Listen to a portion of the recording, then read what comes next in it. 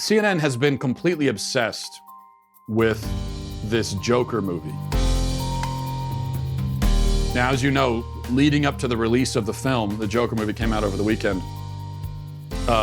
Leading up to the release of it, the media, not just CNN, but the media in general, the mass media, they were really rooting hard for a mass shooting to happen at one of these screenings. And I know that may sound harsh to say that they were rooting for a shooting, but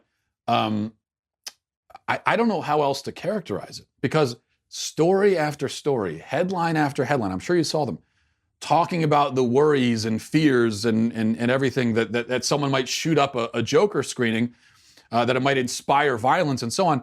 And why is that? Where were they getting this from? Why did they randomly decide that we should be worried that someone's going to, that this specific movie is going to inspire violence and there's going to be a mass shooting at a movie theater? Is it because of the Colorado theater shooter who dressed in Joker makeup and said he was the Joker?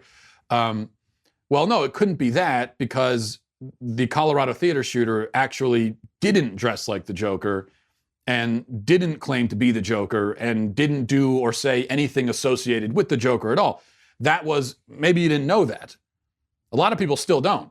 So where did this idea come from that someone might attack a Joker screening? Well, it was also invented by the media. There was no reason to worry about it, but they kept suggesting it in the form of cautions and warnings over and over again, saying, oh, gee, I hope someone doesn't shoot up the Joker screening. It would really be a shame if someone shoots up the Joker screening. And then, so how else am I supposed to interpret that? It would really seem like that's what the media wanted to happen, because they kept bringing it up, suggesting it. And then the movie comes out and a bunch of people go see it. It gets breaks all these records and everything. No violence. Nobody shot up any theater. And so what does the media do? They immediately pivot to other Joker-related concerns. Let me give you an example of some of the headlines from CNN over the last few days about the Joker movie. I'll read a couple. One is Joker, the film about a marginalized clown who goes on a killing rampage, is facing a wave of criticism that it glorifies a killer and could encourage copycat attacks. Another headline. The true appeal of the new Joker movie lies in its invidious validation of the white male resentment that helped bring President Trump to power. Of course, you got to, by the way, the Invidious Validations would be a great name for a indie band. But aside from that, of course, we got to bring Trump into this. Another headline, Joker is a cash grab by a major studio which capitalizes on intellectual property with 80 years of history. Oh, a cash grab. Yeah, because this, of course, the Joker movie is the first superhero movie to be a cash grab, right? So, yeah. And then this one was my favorite. This was a headline yesterday, last night from CNN.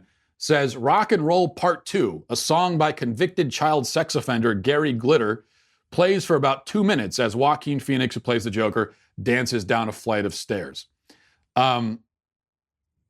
That in particular, all of those headlines are ridiculous. That last one, Rock and Roll Part 2, nobody even knows. You hear that name of the song, you don't know what that, but you've heard that song a million times. If you've ever been to any stadium, any sports stadium of any kind, you have heard that song. It plays in every stadium in America at every level.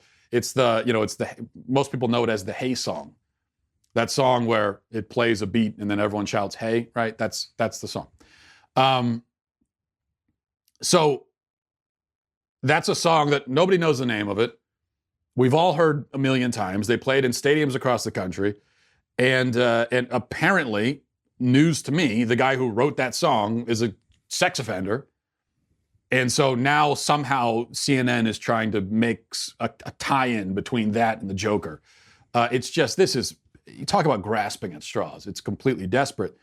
But CNN is not the only one, of course. There's been a lot of talk of Joker glorifying violence and encouraging violence and on and on. Well, I did see the movie. And so I wanted to give my brief thoughts on it and kind of chime in on on the hype surrounding it and everything. So first of all, as for the hype and the concerns about encouraging violence and all that, well, as I suspected, it was completely unwarranted. Yes, it is a violent movie. It's not even close to the most violent movie to come out. It's certainly not the most violent movie to come out this year. Probably not the most violent movie that will come out this month. A movie glorifying violence isn't going to cause real world violence. It doesn't work that way. It's not a one-to-one causal relationship where somebody goes and they see violence in a movie and they say, oh, I think I want to commit violence also. And then they go out and do it. It's not the way it works. It's much more complicated than that. But people are influenced by the images they see on a screen. And when you go and you watch a movie or you sit down and you watch TV, you are immersing yourself in this world, the fantasy world, and you're in some sense giving yourself over to it, subconsciously at least. And you're certainly susceptible to being influenced. And so I would agree that it can be a problem when people marinate their minds in all of this stuff that does glorify violence. But just because there's violence in a movie, that does not mean that the movie is glorifying it. Well, I hope you enjoyed that clip from the Matt Walsh Show. If you did, go ahead and hit that subscribe button right down there so you can stay up to date on all of our future content.